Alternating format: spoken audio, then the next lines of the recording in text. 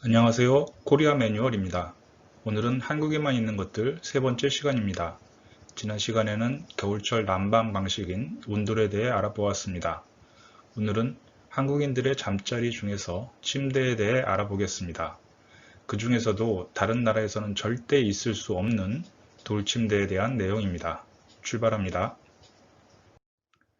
한국의 난방 방식은 온돌이라고 말씀드렸습니다. 따라서 한국인의 잠자리는 방바닥입니다. 즉, 바닥에 커다란 요를 깔고 그 위에 드러누워 이불을 덮고 잠을 잡니다. 그런데 온돌이 한반도에서 쓰이기 전인 조선시대 이전에는 우리도 서양과 같이 식탁과 침상이 사용되었습니다. 한국의 겨울은 혹독하게 추웠고 동물의 털을 구하기 힘든 농경사회의 농경민들에게는 바닥의 냉기는 견디기 힘들었을 것입니다. 조선시대 이후 온돌이 전국적으로 보편화되면서 대중들의 삶은 바닥을 중심으로 생활하는 방식으로 전환됩니다. 따라서 잠을 자기 위해서는 한쪽에 보관되어 있던 이불을 깔아 잠자리를 마련하였고 아침이면 이부자리를 개어 한쪽에 보관하였습니다. 잠을 자던 장소는 식당으로 변하고 밥상을 펴고 밥과 반찬 등을 올려놓고 식사를 하였습니다. 따라서 시시때때로 방은 쓸고 닦는 곳이 되었습니다. 이러한 한국에 침대가 보급되기 시작한 것은 1980년대부터입니다. 대중적인 보급은 아니었고 일부 가정에서부터 침대가 보급되었습니다. 침대는 2000년대 이후 보편화되어 대부분의 가정에 보급됩니다. 현재는 많은 가정에서 모든 식구들이 침대 생활을 하고 있습니다만 난방 방식은 대부분 온돌이며 일부 가정에서 라디에이터 등을 추가로 사용하고 있기도 합니다.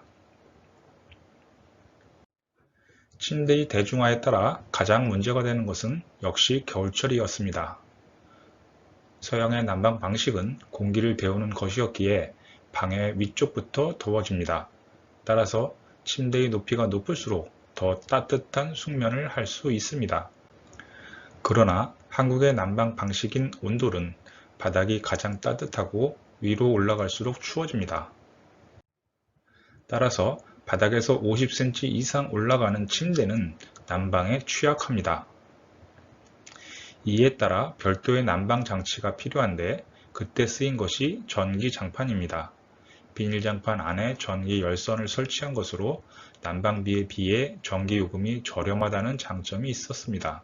그러나 전자파가 발생한다는 점이 단점으로 부각되었고 라텍스 위에서 사용할 경우 화재 위험이 커집니다. 전기장판의 단점이 부각되자 최근에는 전기 열선 대신 온수 파이프를 내장하고 모터를 통해 온수를 순환시켜 따뜻하게 하는 온수 매트가 사용되고 있습니다. 1990년대부터 한국에서는 돌침대가 나오기 시작합니다. 돌침대란 침대 프레임에 매트리스 대신 돌을 올려놓은 것입니다. 보통 2cm 정도 두께로 가공한 돌판을 침대 프레임 위에 설치합니다. 무게는 80 내지 100kg이고 프레임까지 합하면 200kg 이상이 됩니다. 돌을 바닥으로 하였기 때문에 여름에는 시원하지만 겨울에는 상당히 춥습니다. 돌판의 하부에는 열선을 사용하지만 요즘에는 온수 난방 방식으로 제작되기도 합니다. 즉, 한국의 난방 방식을 침대로 옮겨 놓은 것입니다. 돌침대에는 별도의 매트리스는 설치하지 않습니다. 다만 바닥에서 생활하듯이 요를 깔고 이불을 덮어 잠을 자며 겨울철에는 돌침대에 설치된 난방기를 통해 난방을 하게 됩니다. 최근에는 돌 중에서도 옥을 사용해 침대를 제작하기도 합니다. 돌과 달리 옥은 크기가 한정되어 있기에 작게 가공된 여러 개의 조각을 붙여서 돌침대를 만듭니다. 1인용뿐만 아니라 2인용 침대도 있으며 2인용의 경우 150만원에서 200만원 정도면 구입할 수 있고 대형 업체의 경우 300만원 내외에서 구할 수 있습니다. 온돌 난방에 있어서 바닥의 마감은 구들장 돌 위를 황토 흙으로 마무리를 합니다. 즉 바닥은 돌이 아니라 흙입니다. 전통 한옥의 바닥은 흙이었기에 돌침대뿐 아니라 흙침대가 개발되어 판매되고 있습니다. 흙침대는 프레임 위에 매트리스 대신 흙을 압축한 판을 올려놓은 것입니다. 물론 그 하단은 난방을 위한 열선을 설치합니다. 흙은 별도의 처리를 해서 부서지지 않도록 처리하며 가격은 돌침대보다 비싼 편이지만 만드는 방법 등에 따라 저렴한 것도 있습니다. 흙침대를 만드는 과정에서 유해물질을 정화하는 수를 첨가하기도 하는데 이를 수침대로 판매하고 있습니다. 침대 이외에 소파나 평상 등의 형태로 제작되기도 합니다. 한국인의 온돌 사랑은 끝이 없습니다. 돌침대든 흙침대든 난방 방식이 열선을 통한 것이기에 전자파로부터 자유로울 수는 없습니다. 21세기가 되면서 사람들이 건강에 대한 인식이 높아졌는데 그 중에 하나가 전자파에 대한 걱정입니다.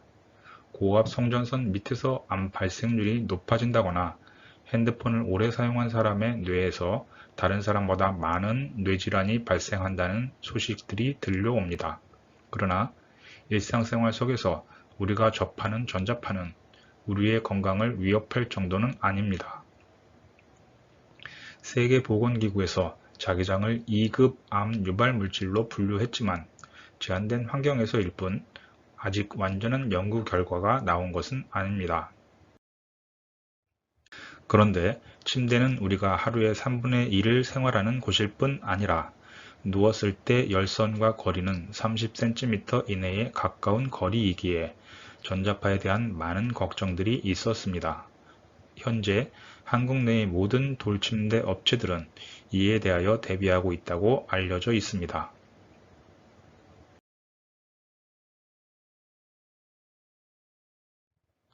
많은 업체들이 전자파와 관련한 많은 인증을 통과했다고 광고하고 있습니다.